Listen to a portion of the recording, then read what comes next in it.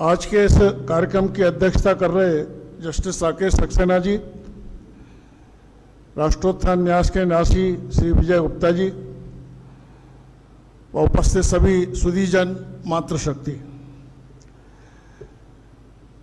मेरे परिचय में यहाँ लिखा हुआ है विद्वान विचारक। विद्वान विचारक का भाषण कल सुनने को मिलेगा आपको। आए हुए हैं वो आज ही यहाँ पर, वो विद्वान भी है विचारक भी है, मैं केवल प्रचारक हूँ। विद्वान लोग जो बोल देते हैं और विचारक लोग जो बता देते हैं, उसका प्रचार करना अपना काम है। एक बार पूज्य करपात्री महाराज जी से पूज्य गुरु जी का मिलना हुआ।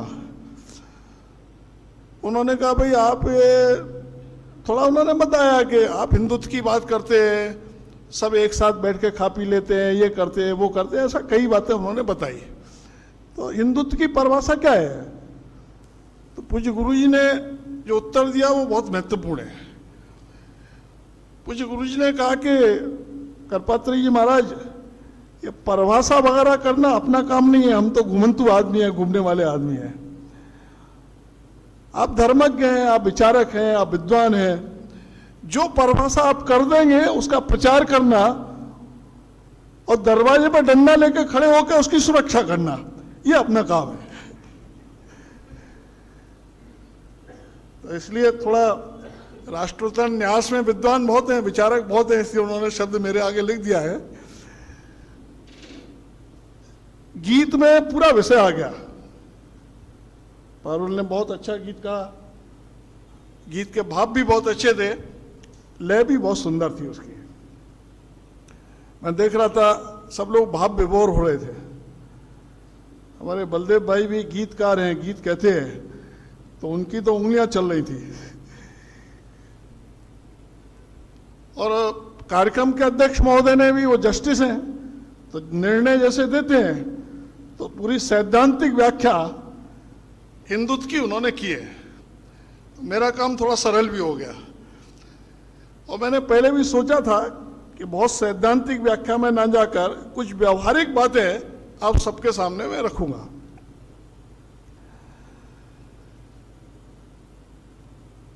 भारतवर्ष में लगभग पिछले 1200 वर्षों तक लगातार आक्रमण होते रहे, संघर्ष चलता रहा, जय पराजय होती रही और परकियों ने राज्य भी स्थापित किए। बाद में बीच बीच में उनको हराया भी, फिर वो आए, फिर राज्य स्थापित किए, ऐसा एक क्रम चलता रहा। तो ये केवल हमारा पराजय का इतिहास नहीं, हमारा संघर्ष का इतिहास भी हम उसको कह सकते हैं। विशेष रूप से जो मुगल आक्रांता आए, उन्होंने लूटपाट की, मतांतरण किया और शारीरिक रूप से हमको प्रताड़ित किया, अत्याचार किए। लेकिन उसके बाद लगभग 250 वर्ष जिन लोगों ने व्यापारी बनकर आकर हमारे एकजुट ना होने का, अभिमान के साथ न खड़े होने का दुरुपयोग करते हुए यह राज्य स्थापित किया, उन्होंने शारीरिक दृष्टि से भी प्रताड़ित किया, लेकिन उन्होंने बौद्धिक और मानसिक दृष्टि से भी भारत को गुलाम करने का प्रयास किया। अपने एक अधिकारी थे, उन्होंने बौद्धिक वर्ग में एक शब्द बोला कि उन्होंने प्रज्ञा नाश किया। और इसलिए हम एक मैकाले माइंडसेट ऐसा बोलते। मैं उसकी व्याख्या में नहीं जा रहा, चूंकि आज का वो विषय नहीं है, लेकिन अपने विषय के प्रस्तुतिकरण की भूमिका में ये बात मैंने जानबूझ की। उस प्रज्ञानाश के कारण हम कौन हैं, इसी में संभ्रम हो गया। दुनिया का कोई देश ऐसा नहीं है जहां ये पूछा जाए या जहां इसमें संभ्रम हो, हु आर बी, हम कौन हैं। तो उनको स्पष्टता है हम कौन हैं। हम जापानी हैं, हम इंग्लिश हैं, हम चीनी हैं, हम ये हैं, वगैरह वगैरह। भारत में ये संभ्रम निर्माण करने की कोशिश की गई। इससे कई तरह के भेद निर्माण करने की कोशिश की गई। तो उत्तर और दक्षिण के भेद खड़े किए, वर्ग के भेद खड़े किए, जातियों के भेद खड़े किए, मत पंथों के भेद खड़े किए, और यह बताने की कोशिश की कि कौन कौन हिंदू नहीं है। तो कुछ बचता ही नहीं, उन सबको निकाल दे तो कौन किसको हम हिंदू कहें।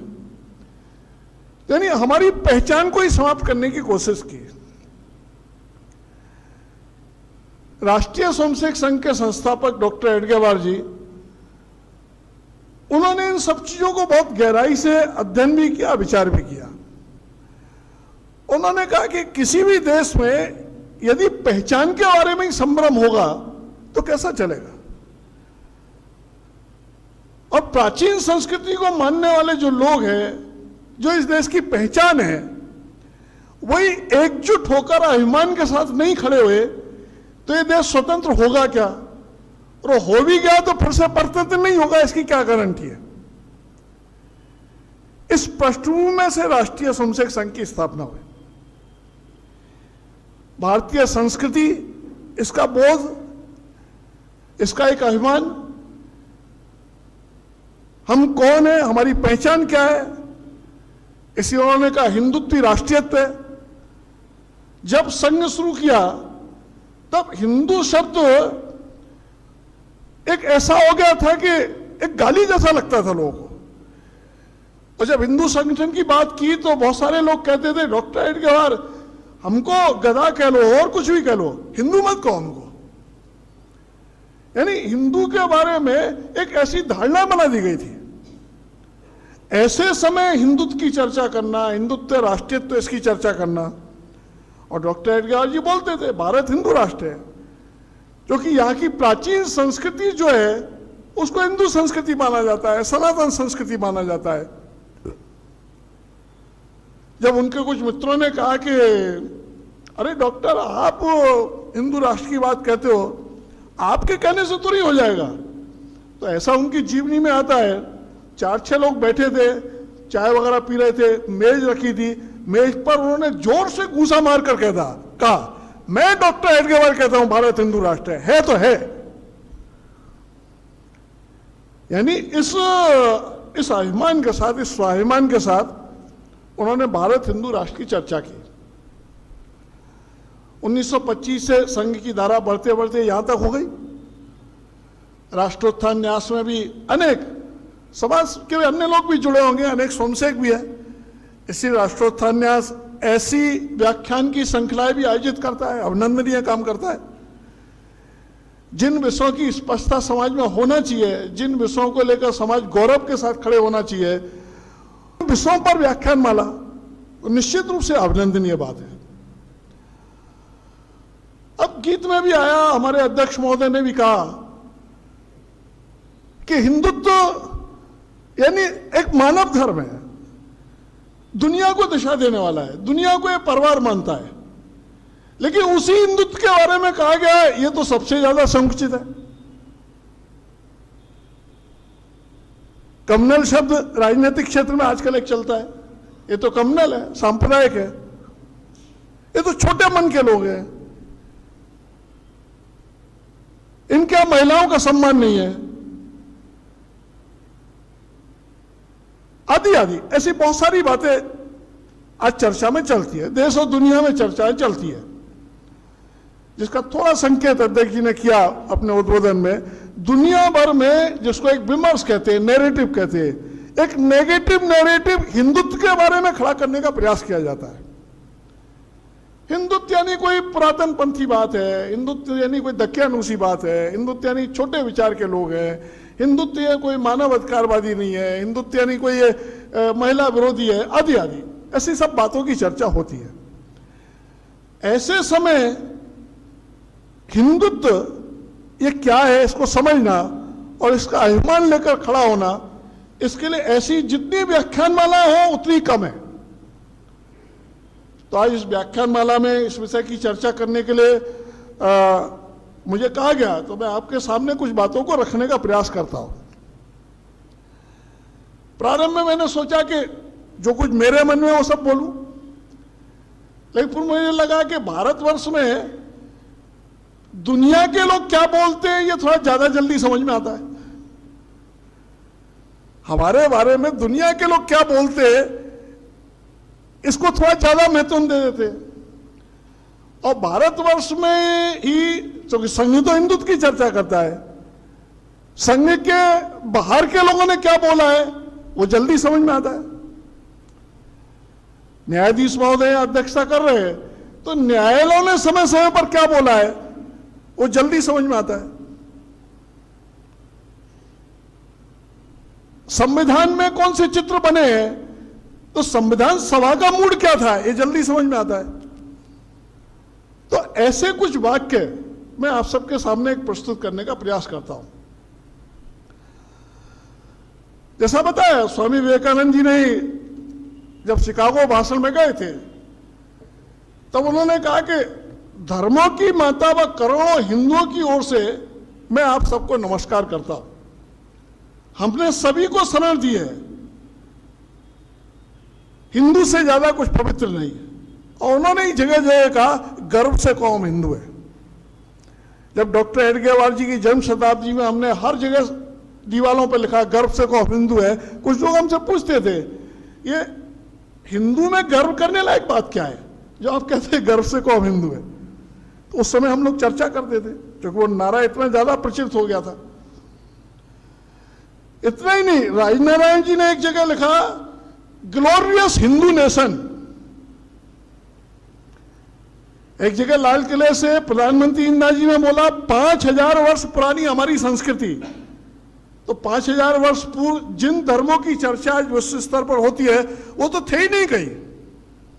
तो 5000 वर्ष पुरानी संस्कृति हमारी कौन सी थी। और भी अनेक महापुरुषों ने समय समय पर बोला है।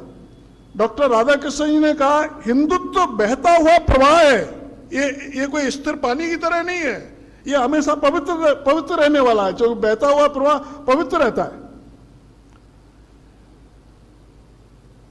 गुरु नानक देव जी ने भी हिंदू शब्द का कई जगह प्रयोग किया है। तुम तुरक हम हिंदू, ऐसा उनकी एक वाणी में आता है। महर्षि अरविंद, भगनी निवेदिता, गांधी जी, सावरकर जी, तिलक जी, गांधी जी जब कहते हैं हे राम, तो हे राम यानी हिंदुत्व है ना, हिंदुत्व से बाहर तो कुछ नहीं है। नेहरू जी ने भी डिस्कवरी ऑफ इंडिया में ऐसे कई प्रसंगों का चर्चा की है।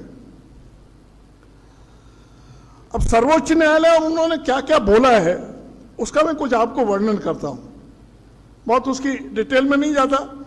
लेकिन 1966 के एक प्रकरण में मुख्य न्यायाधीश गजेंद्र गढ़कर साहब बोलते हैं, जब हम हिंदू धर्म के संबंध में सोचते हैं तो हमें हिंदू धर्म को परिभाषित करने में कठिनाई अनुभव होती है।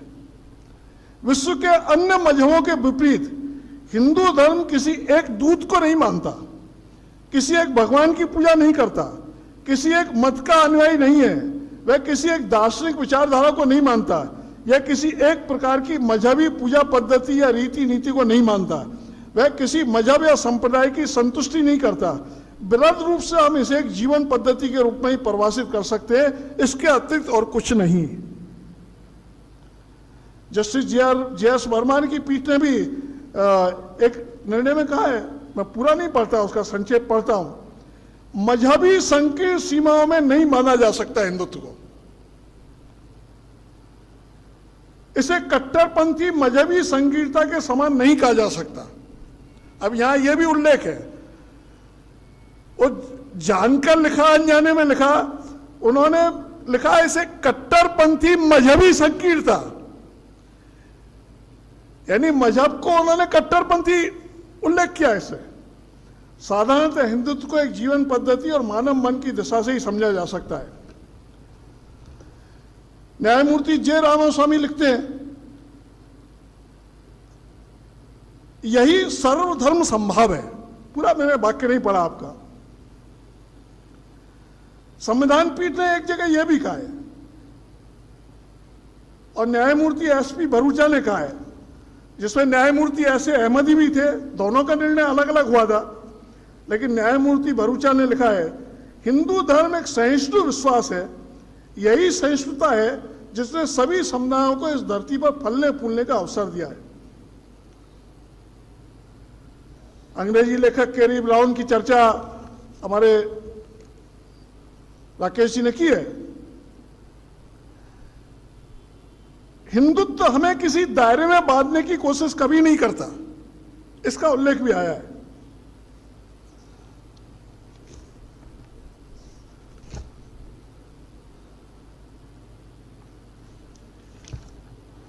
अब जो कुछ बाहर की दुनिया के लोगों ने ऐसा बोला है, उसका मैं आपको उल्लेख करता हूं। हेनरी डेविड थोरो कहते हैं, जो कि एक प्रसिद्ध निबंधकार थे, उन्होंने हिंदू धर्म और उससे जुड़े महान वेदों उपनिषदों के बारे में अपने विचार व्यक्त करते हुए कहा, जब भी मैंने वेदों का कोई अंश पढ़ा तो मुझे लगा जैसे किसी अज्ञात प्रकाश ने मुझे प्रकाशित किया है। वेदों की महान शिक्षा में सांप्रदायिकता का स्पर्श नहीं है। यह महान ज्ञान की प्राप्ति के लिए एक सही मार्ग है। मार्क ट्वेन लिखते हैं, भारत मानव जाति का पालना है, इतिहास की जननी है, किंवदंती की दादी है, परंपरा की परदादी है। मनुष्य के इतिहास में हमारी सबसे मूल्यवान और शिक्षाप्रद सामग्री केवल भारत में ही रखी गई है। विलियम जेम्स लिखते हैं, वेदों से हम शल्य चिकित्सा, संगीत, गृह निर्माण की एक व्यावहारिक कला सीखते हैं। वेद जीवन, संस्कृति, धर्म, विज्ञान, नैतिकता, कानून और ब्रह्मांड विज्ञान हर एक पहलू का विश्वकोश है। पिछले दिनों में देख रहा था सोशल मीडिया में एक सज्जन ने लिखा, वेद में विज्ञान कहाँ है?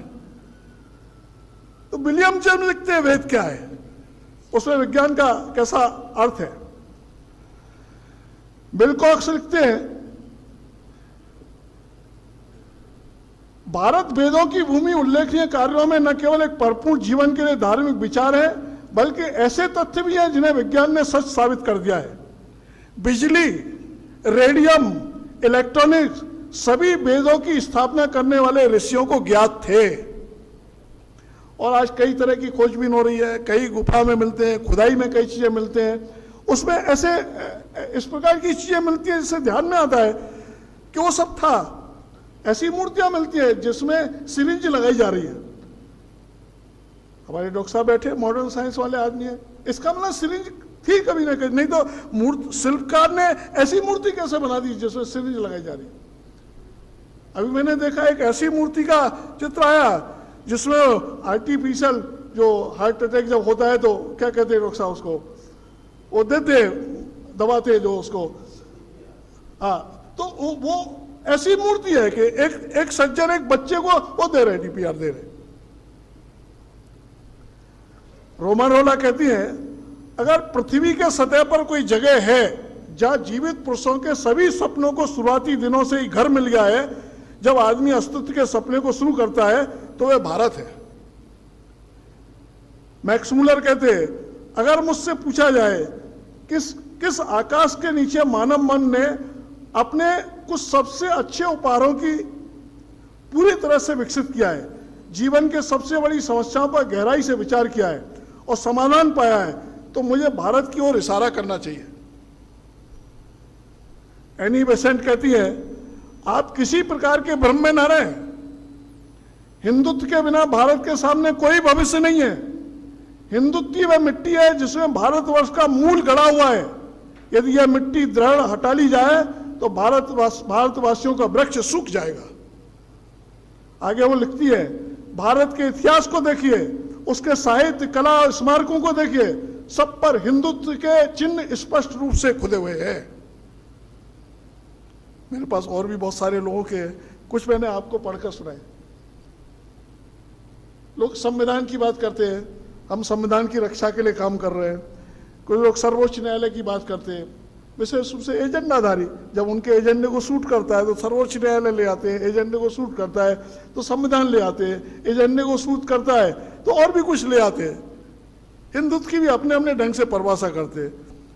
नहीं, आरएसएस और विवेकानंद का हिंदुत्व अलग है।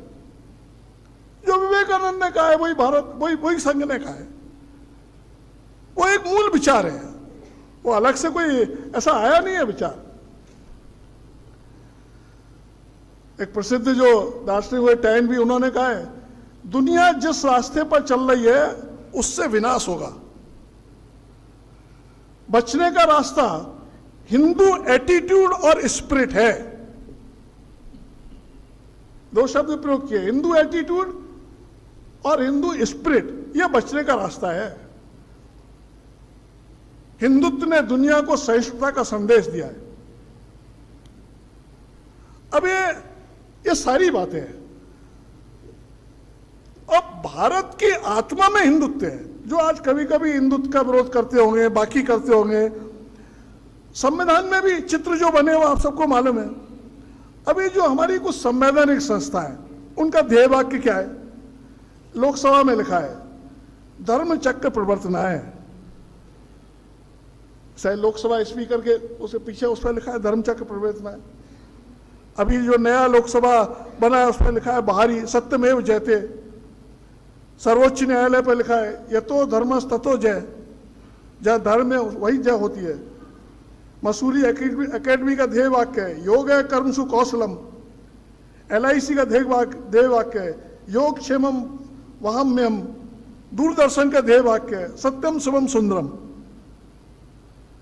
और मैंने बहुत सारी यूनिवर्सिटीज के निकाले, पढ़ूंगा तो बहुत समय लग जाएगा। सेंट्रल यूनिवर्सिटी के, IIT के, IIM के, सब में कुछ ना कुछ ध्येय वाक्य हमारे प्राचीन साहित्य से लिए गए, जिसमें साइंटिस्ट निर्माण हो रहे हैं। जब APJ अब्दुल कलाम से पूछा कि भाई ये आपने मिसाइल का नाम अग्नि क्यों रखा, तो मैंने उनकी प्रेस कॉन्फ्रेंस सुनी नहीं, लेकिन मुझे किसी ने बताया, उन्होंने उल्लेख किया कि इस प्रकार के उपकरण का वेदों में उल्लेख अग्नि नाम से होता है, इसलिए मैंने वेदों से अग्नि नाम लिया है। कुछ लोग कहते हैं वेदों में साइंस नहीं है, वो कहते हैं वेदों से मैंने अग्नि नाम लिया है। तो ऐसी अनेक बातों की चर्चा और अनेक ऐसे उल्लेख इसमें आ सकते हैं। अब एक प्रश्न स्वाभाविक रूप से उठाया जाता है हिंदू शब्द की उत्पत्ति। तो हिंदू शब्द की उत्पत्ति सिंधु के पार रहने वाले हिंदू, जो कि ईरानी, पारसी वगैरह, ये सब सा को हा बोलते थे। अब ये भी देखो कई तरह के भ्रम जो पैदा किए गए, दिमाग में हमारे बैठा दिया गया, तो आज उससे अलग कुछ हम सोचे तो सोचने के लिए मन ही नहीं तैयार होता। यदि सा को हा कहते थे तो पारसी को पार ही क्यों नहीं कहते थे? पारसी क्यों बोलते थे ना, पर्शियन को परयन क्यों नहीं बोलते? लेकिन ठीक है, उच्चारण है। इधर आसाम वगैरह नॉर्थ ईस्ट में जाएंगे सा को हा बोलना, शब्दों को बिहार में जाएंगे तो डा को रा बोलना, ये थोड़ा थोड़ा अलग अलग जगह है। लेकिन उसी अनुसार सोचे तो मेरे मन में एक बार आया कि भाई चलो किसी ने भी नाम दिया, अब एक बार नाम प्रचलित हो जाता है तो उस नाम पर सोचने में क्या दिक्कत है? अच्छा, हिंदू नाम बाहर के लोगों ने दिया इसलिए इसको क्यों लेना? इंडिया नाम किसने दिया?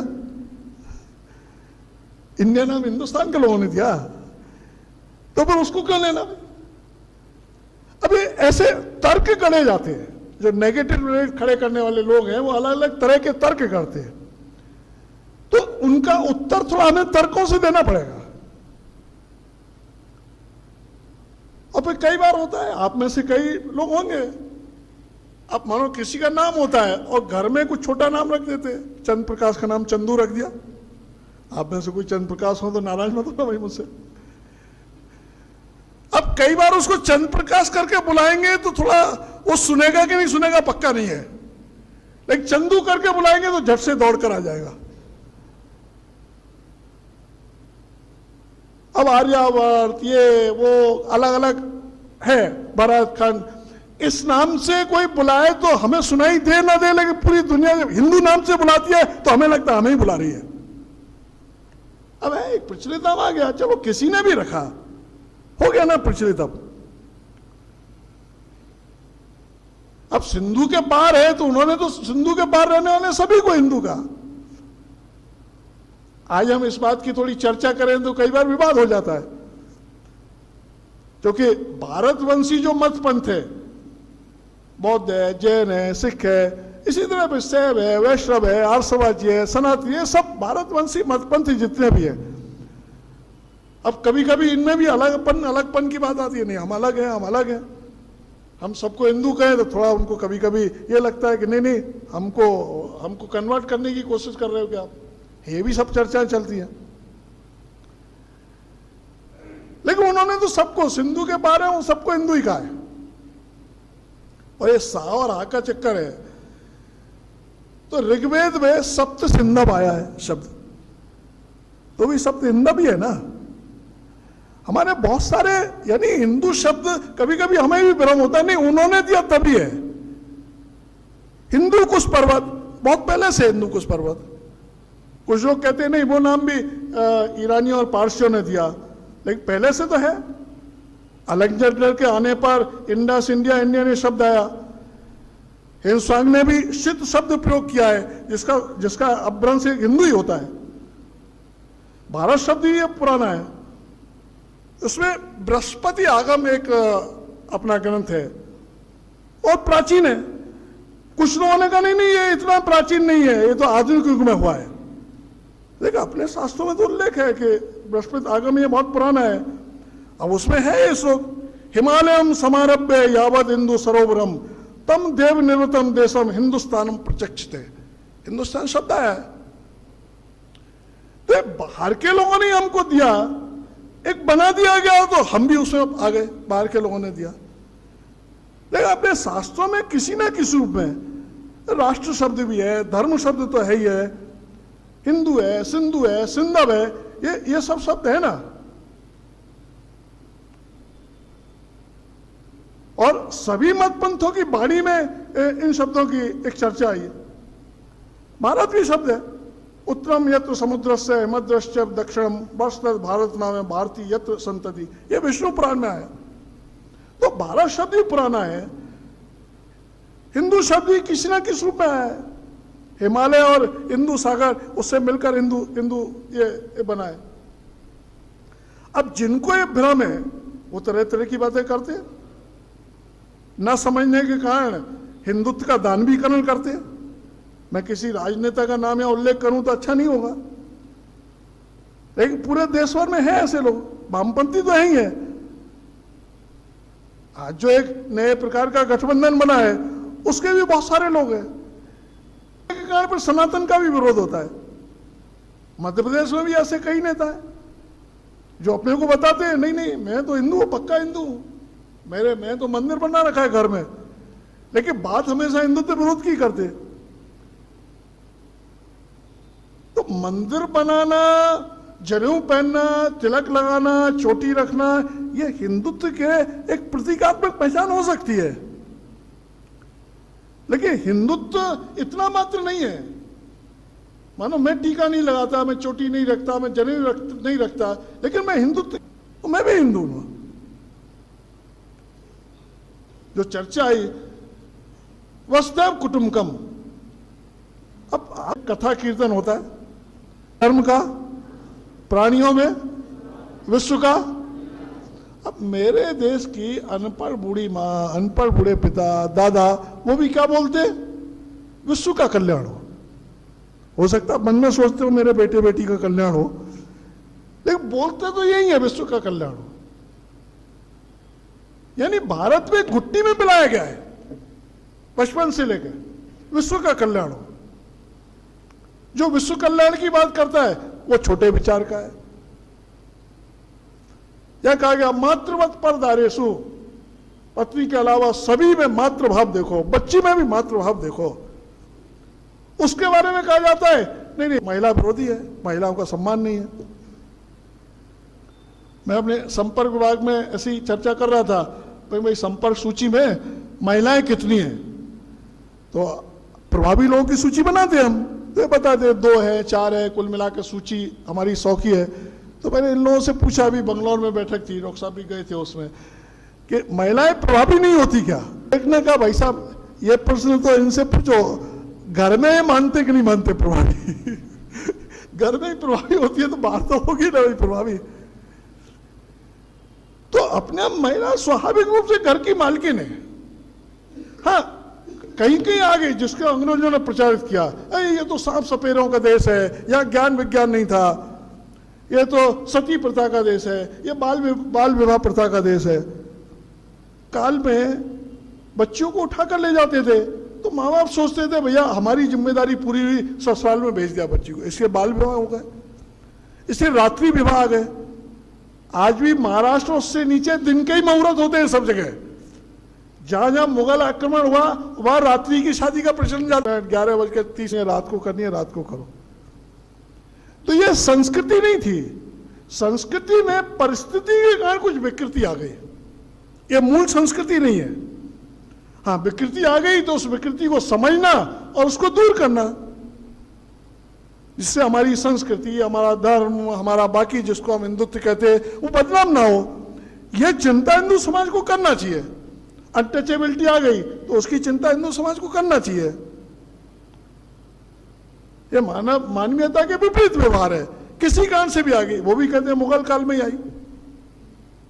एक ने तो अभी लिखा कि कुछ लोग कहते हैं कि दलित समाज के बंधुओं बहनों को मंदिर में नहीं जाने। 2-3 दिन पहले एक का लेख पढ़ रहा था, मंदिरों में जाने के लिए मुगलों ने कर लगा दिया था, जजिया कर जैसा एक कहते हैं। और 4 प्रकार के लोग थे, 10 रुपए एंट्री देंगे तो आज की भाषा में वीआईपी हो गए, 6 रुपए की एंट्री तो इस लाइन से जाएंगे, 2 रुपए की एंट्री इस लाइन से जाएंगे, और जिन पर कुछ नहीं है उनको मौका लगेगा तो भेजेंगे, नहीं है तो तुमको मंदिर में प्रवेश नहीं है। तो मंदिर में प्रवेश दलित वगैरह को नहीं, ये नहीं, ये नहीं। हमारे यहाँ तो महर्षि वेदव्यास हुए, महर्षि हुए, वाल्मीकि महर्षि हुए, महर्षि वाल्मीकि। ये सब आज की परिभाषा में उस समाज से, जिस समाज के साथ ऊंच नीच छुआछूत की बात होती है। तो ये था भारत भाई, ये था हिंदुत्व, यह मूल संस्कृति है। विकृति आ गई तो उसको संस्कृति मान लेना ऐसा ठीक नहीं है। हाँ, विकृतियां आ गई तो उनको ठीक कर, किसी नियम का अपवाद ये नियम नहीं कहलाता, हर नियम के अपवाद हो सकते हैं। तो ये कहकर हम विकृतियों को जस्टिफाई नहीं कर सकते। विकृतियां हैं तो है, एक सभी समाजों में है विकृतियां, अपने समाज में है तो उनको ठीक करने का काम कर सकते हो। दुनिया के किसी भी जिसको मजाक वगैरह कुछ भी बोलते हो, वहां सर्वे भवन्तु सुखना नहीं है, वहां मातृवत परदारेषु नहीं है, वहां विश्व कल्याण नहीं है। हमारे संघ के एक अधिकारी थे मन्य रंगा हरि जी, केरल के अखिल भारतीय बौद्धिक प्रमुख रहे, वो सरल भाषा में समझाते थे, हिंदू और बाकी सब अन्य जो अब्राह्मणिक जो ये धर्म है, मजहब है, इनमें ही और भी का अंतर है। वो कहते हैं हम ही ठीक हैं, हमारे अनुसार चलो, नहीं तो सर तन से जुदा। आजकल नारा चल रहा है, या तो हमारे जैसे हो जाओ या बाहर जाओ, नहीं सर तन से जुदा। अंग्रेज लोग भी कहते हैं, ईसाई लोग भी कहते हैं, हमारे अनुसार चलोगे तो ठीक है, नहीं तो नरक में जाओगे। उनके अनुसार तो सब नरक में जाने वाले। एक मैंने ऐसे कहानी पढ़ी, किसी ने कहा भाई जब तक ईसा मसीह नहीं हुए थे उससे पहले जो लोग हुए वो कहां गए? बोले हुए क्यों पहले वो, ये गलती उनकी है। बोले जिस गांव में चर्च नहीं है वो लोग कहां जाएंगे? बोले नरक में जाएंगे। उन्होंने जन्म क्यों लिया वहां? अरे भाई उनकी जिम्मेदारी नहीं जन्म, ये तो भारत भगवान भेजता है कहां जन्म लेना। तो मजाक में उसने कहा, बोले क्यों जाओगे नरक में? क्योंकि वहां ज्यादा अच्छे महावीर बुद्ध आपके हिसाब से वो सब तो नरक में गए ना। हम किसी हिंदुत्व में हम किसी धर्म और मजहब उसकी आलोचनात्मक नहीं करते, लेकिन समालोचना करें तो अवैज्ञानिकता है। तो यहां कोई कंपैरिजन का आज का विषय भी नहीं है उन धर्मों की चर्चा करने का। इसलिए मैंने थोड़ा एक उल्लेख मात्र आपको किया कि गर्व से को हम हिंदू है। जब हमने कहा तो हिंदुत्व पर गर्व करना, क्यों गर्व करना? क्योंकि हिंदू ऐसा वैश्विक धर्म है, हिंदू दुनिया की सुख शांति का रास्ता देने वाला धर्म है। टैनबी ने बताया, हिंदू एटीट्यूड और हिंदू स्पिरिट से चलोगे तो आपको सब चीजों में से रास्ता मिलेगा। ये सहिष्णुता का धर्म है। जो हिंदुत्व की सार्वभौमिकता आज विषय रखा गया, तो हिंदुत्व बढ़ता है, हिंदुत्व मजबूत होता है तो दुनिया की भाई संख्या तो बढ़ाना ही है।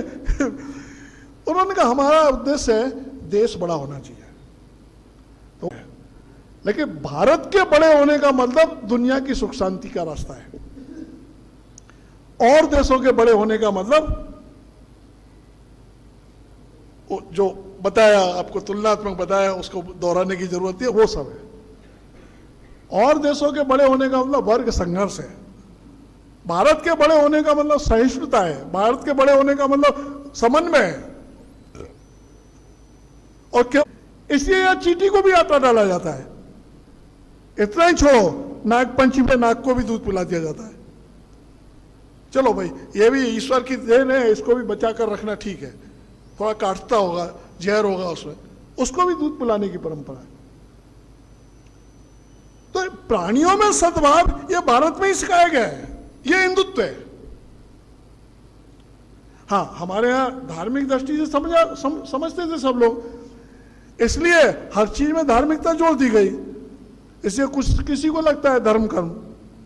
अब आज पर्यावरण संरक्षण की बात होती है, कोई पूछे हिंदुत्व और पर्यावरण, अरे हमने आज जल संरक्षण की बात होती है, हमने नदी को जल का माता कहा, गंगा माता, यमुना मैया, ये सब कहा है ना। पूरी दुनिया में मां शब्द ये सबसे श्रद्धा का शब्द है, और इस सबसे ज्यादा श्रद्धा के शब्द को हमने नदियों के साथ जोड़ दिया। इसका मतलब क्या है? नदियों का संरक्षण ये तुम्हारा धार्मिक कर्तव्य है। वनस्पति का संरक्षण, तुलसी माता, अब कोरोना में तो मालूम पड़ गया तुलसी मेडिसिन प्लांट है, छोटे बच्चों को भी मालूम पड़ गया। पीपल 24 आवर ऑक्सीजन छोड़ता है, इसलिए भगवान ने उसकी रचना भी ऐसी की है, वो दीवार में उगाता है, कहीं भी उगाता है, उसको पानी खाद की जरूरत ही नहीं है। लेकिन उसको भी देवता का, उसकी भी पूजा का प्रावधान किया उल्लेख। ऐसे बहुत सारे पेड़ पौधे वनस्पति है। समुद्र की भी पूजा होती है, समुद्र में तो पानी खारी है, एक समुद्र में उपद्रव ना हो, इसलिए उसकी भी पूजा का विधान है। तो यहां तो वनस्पति के साथ भी सामंजस्य है, यह हिंदुत्व है। अब हमने कहा है कि भाई अलग अलग विचार हो सकते हैं सब, एकम सद विप्रा बहुधा वदंती, अलग अलग लोग अलग अलग ढंग से बातों को रखते हैं, लेकिन हमने कहा है कि विविधता को सम्मान दिया हमने, और एक से सब बना है, ये चर्चा हमने हिंदुत्व में की है। दुनिया में श्रेष्ठता ये हिंदुत्व से, हमने बेसिक बातें कुछ की है, सत्य, चित्त, आनंद, मोक्ष, ये सब हमारी बेसिक बातें हैं। पुनर्जन्म, ये हमारी बेसिक बात है। अभी धर्म की भी चर्चा आती है। अब धर्म और रिलीजन, इसको लेकर कंफ्यूजन होता है। तो मुझे किसी ने एक दिन कहा कि भाई साहब घी के लिए, मैंने कहा भाई मेरी अंग्रेजी इतनी बहुत समृद्ध नहीं है, तो मेरे ध्यान में नहीं आ रहा। बोले गूगल करिए, तो मैंने गूगल किया, घी के लिए घी शब्द आया। तो मुझे उन्होंने बताया कि दुनिया में मक्खन तो था, घी था ही नहीं। हमारी गृहिणियों ने मक्खन को यहाँ प्रिजर्व करने के लिए, थोड़ा गर्मी में वो ना पिघल जाए, उसको घी का रूप दे दिया, इसलिए यहाँ घी शब्द है। ऐसे धर्म, यहाँ धर्म की एक परिभाषा है, धर्म यानी कर्तव्य है। तुलसीदास जी ने कहा परहित सरस धर्म नहीं भाई। यहां तो एक ही घर में पिता का धर्म, पुत्र का धर्म, माता का धर्म, पुत्री का धर्म, पति का धर्म, पत्नी का धर्म, राजा का धर्म, प्रजा का धर्म, ये सब धर्म है ना। एक ही घर में इतने धर्म कहां से आ गए? तो धर्म कर्तव्यों का नाम है। लेकिन वहां धर्म नहीं है, तो उससे मिलता जुलता उन्होंने शब्द दे दिया रिलीजन। रिलीजन मीन्स रिचुअल्स, थोड़ा पूजा पद्धति, जो धर्म के लिए एक प्रारंभिक लक्षण है, जो धर्म की ओर हमको ले जाते हैं, वो पूजा पद्धति। अब उसके कारण कंफ्यूजन आता है। अब भारत में धर्मनिरपेक्षता शब्द आ गया, कहां से प्रचलन में आ गया? वह है आज प्रचलन में। हालांकि ये ठीक है, जब संविधान में सेकुलरिज्म शब्द जोड़ा गया तो अनुवाद करने वालों ने ठीक अनुवाद किया है। सेकुलरिज्म का अनुवाद क्या है? पंथ निरपेक्षता। उन्होंने धर्मनिरपेक्षता नहीं किया।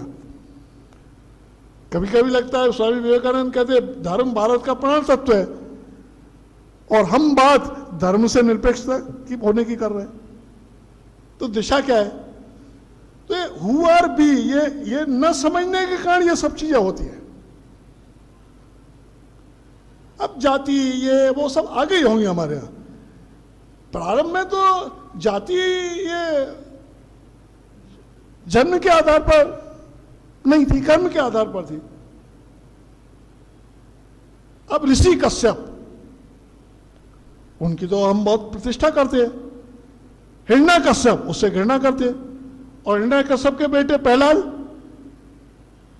उसके प्रति श्रद्धा रखते हैं। अरे हिरण्यकश्यप के प्रति घृणा और हिरण्यकश्यप के बेटे के प्रति श्रद्धा यदि जाति से जुड़ा हुआ होता तो घृणा जो हिरण्यकश्यप के दी थी वो भी प्रहलाद के लिए भी होती। इसलिए मैंने आपको प्रारंभ में कहा थोड़ा मैं व्यवहारिक पक्ष आपके सामने रखता हूं। तो हमारे नहीं थी ये, कालांतर में मुगल काल में बाकी काल में अलग अलग परिस्थितियों में आ गई। अब आ गई तो क्या करना उसका? तो एकदम तो जाती नहीं।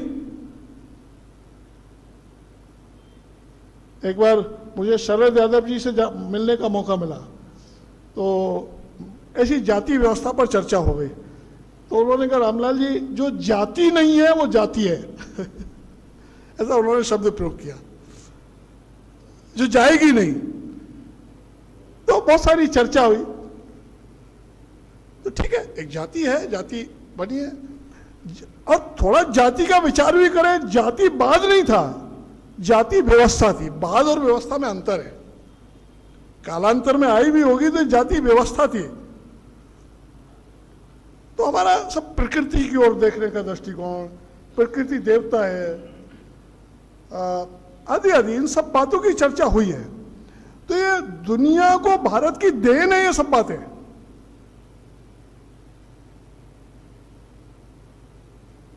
अब ना समझने के कारण, जैसे मैंने कहा कि हिंदुत्व का दानवीकरण करने का कुछ प्रयास करते हैं।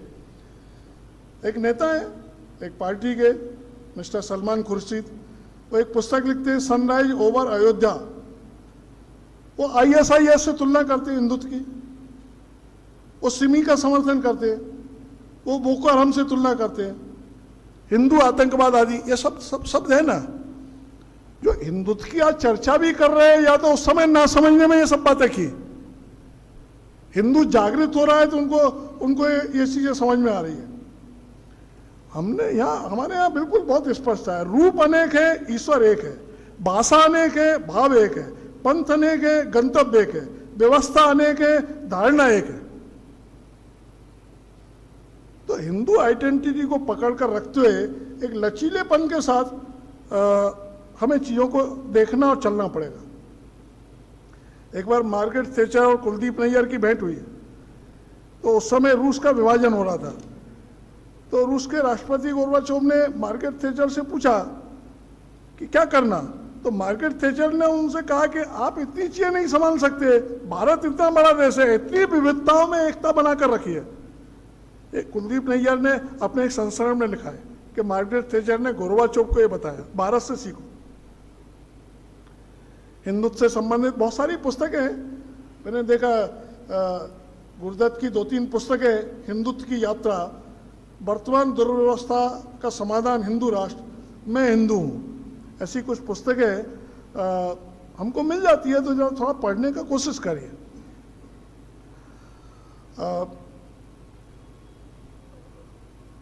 कुछ लोग कहते हैं संविधान में ये चीजें आई है, ये चीजें आई है। संविधान के कारण ये चीजें आई है एक विषय, संविधान बनाने वाले हिंदू मानस के थे, इसलिए ये सब विषय आ गए, इसलिए समावेशकता आ गई हमारे संविधान में। तो उल्टी तरफ से देखेंगे तो ये भी एक विषय आता है। सेकुलर वगैरह भी हमने इसलिए स्वीकार कर लिया क्योंकि हिंदू बहुल देश है। तो ऐसे हिंदू शब्द की उत्पत्ति कहां से हुई? हमारे शास्त्रों में इसका है, ऋग्वेद पुराणों में इन बातों का है। आज के संदर्भ में धर्म, हिंदुत्व, इसकी थोड़ी जो चर्चा हुई है, ये सामान्य सरल भाषा में कैसा समझाना। हिंदू यानी नर सेवा, नारायण सेवा, हम परमात्मा के अंश हैं, सर्वे भवन्तु सुखिनः, एक सद बहुधा भवन्ति, वसुधैव कुटुम्बकम्, विश्व कल्याण, ऐसा थोड़ा छोटे छोटे शब्दों से हम हिंदुत्व की चर्चा करेंगे तो सामान्य आदमी को समझ में आता है। वेदों की भी कभी कभी चर्चा आती है, ये महिला और ये दलित शूद्र ये सब शब्द प्रयोग होते हैं। वेदों की अनेक ऋचाएं ये महिलाओं ने बनाई हैं। भारत में ये महिलाओं का सम्मान था। विवाह इसकी ऋचा सूर्या नाम की एक महिला ने बनाई है, जिनको शूद्र कहा जाता है, जिनको अनुसूचित दलित ये सब शब्द प्रयोग करके और चर्चाएं की जाती है। उस समय जो कि ऐसी जातिवाद नहीं था, इसलिए अनेक ऋचाएं ऐसे लोगों ने बनाई है। मैंने कहा कि उनको हमने महर्षि कहा है।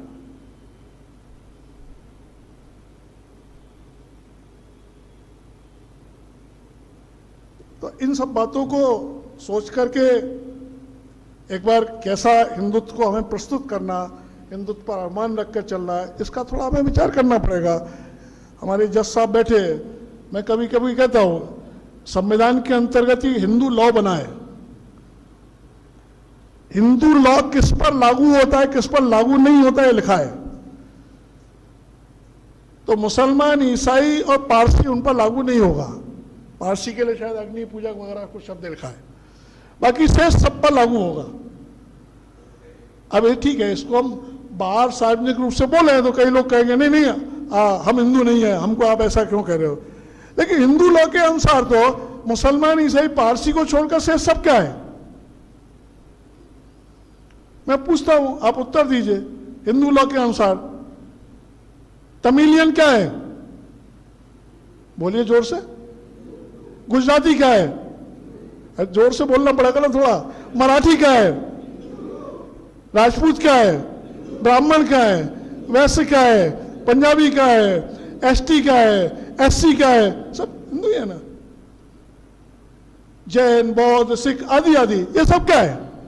ये मैं नहीं कह रहा, ये हिंदू लॉ कह रहा है। हिंदू लॉ उन पर लागू होगा। ठीक है, सिख समाज ने कुछ अलग उसमें से विवाह की पद्धति निकाली है, कुछ औरों ने निकाली है। थोड़ा अलग अलग पन की भावना आजकल ज्यादा चल पड़ी है तो निकाली है। तो मेरा तो आज की इस विचार गोष्ठी में आप सब बंधु बहनों से इतना ही आग्रह है, हिंदुत्व का व्यापक अर्थ भी समझना, उसका सैद्धांतिक पक्ष भी समझना, उसका व्यावहारिक पक्ष भी समझना, और मन में विश्वास लेकर चलना। दुनिया की सुख शांति का रास्ता हिंदुत्व में से जाने वाला है। इसलिए हिंदुत्व जितना प्रभावी होता है, वो मेरे कारण हो, आपके कारण हो, संघ के कारण हो, और किसी संस्था के कारण हो, हिंदुत्व जितना प्रभावी होता है उतना भारत प्रभावी होता है। और हिंदुत्व जितना प्रभावी होता है उतना दुनिया की सुख शांति का रास्ता खुलता है। इसलिए जो बहुत सारे कंफ्यूजन कई कारणों से जो निर्माण करने की कोशिश की है, उसमें बहुत ज्यादा जाने की जरूरत नहीं है। जो लोग जाते हैं उनको तर्क से उत्तर देना, इसका प्रयास करिए। अब जैसे गीत बोला इतना सुंदर, इसी तरह से मैं पूर्व प्रधानमंत्री अटल जी की एक बहुत सुंदर कविता है, हिंदू तन मन हिंदू जीवन रग रग हिंदू मेरा परिचय। ग्वालियर में बैठे हैं तो प्रधानमंत्री जी को, अटल जी को दर्शन करना पड़ेगा। तो गूगल पर है, पूरी कविता पढ़िए, बहुत लंबी कविता है। जैसे गीत लंबा था ऐसे कविता भी बहुत लंबी है। उसके मैं कुछ अंश आपको पढ़कर अपनी बात पूर्ण करता हूं, तो आपको समझ में आएगा हिंदुत्व क्या है। मैं पूरा नहीं पढ़ सकता, पूरा तो शायद 10 मिनट 15 मिनट लग जाएंगे उस कविता को पढ़ने में। इनको याद होगी पूरी कविता। मैंने छाती का लहू पिला, पाले विदेश के क्षुधित लाल। भूखे लोग थे, उनको अपनी छाती का लहू पिलाकर मैंने पाला है। केरल और गुजरात में मस्जिद और चर्च बना के दिए जब लोग आए। मुझको मानव में भेद नहीं, मेरा अंत स्थल बट विशाल। जग के ठुकराए लोगों को लो मेरे घर का खुला द्वार। अपना सब कुछ लुटा चुका फिर भी अक्षय है धनागार। होकर स्वतंत्र कब चाहा, कर लूं जग को गुलाम। मैंने तो सदा सिखाया करना अपने मन को गुलाम। आगे की पंक्ति बहुत महत्वपूर्ण है। गोपाल राम के नामों पर कब मैंने अत्याचार किए, कब दुनिया को हिंदू करने घर घर पर नरसंहार किए। यहाँ तो नरसंहार हुए, दुनिया में नरसंहार हुए, भारत में भी हुए। आगे और महत्वपूर्ण बात लिखते हैं वो, कोई बताए काबुल में जाकर कितनी मस्जिद तोड़ी है, भूभाग नहीं सत मानव के हृदय जीतने का निश्चय, हिंदू तन मन हिंदू जीवन, रग रग हिंदू मेरा परिचय। तो ये हिंदुत्व है, कोई कितना ही उसमें संभ्रम निर्माण करने की कोशिश करे, हम हिंदुत्व को समझकर उस पर अड़िकता के साथ है ना, गौरव के साथ है ना, हिंदुत्व पर आचरण करना, हिंदुत्व को लेकर मुखरता से बोलना, इसकी आवश्यकता है जो हम सबको मिलकर करना होगा। आप सभी को धन्यवाद।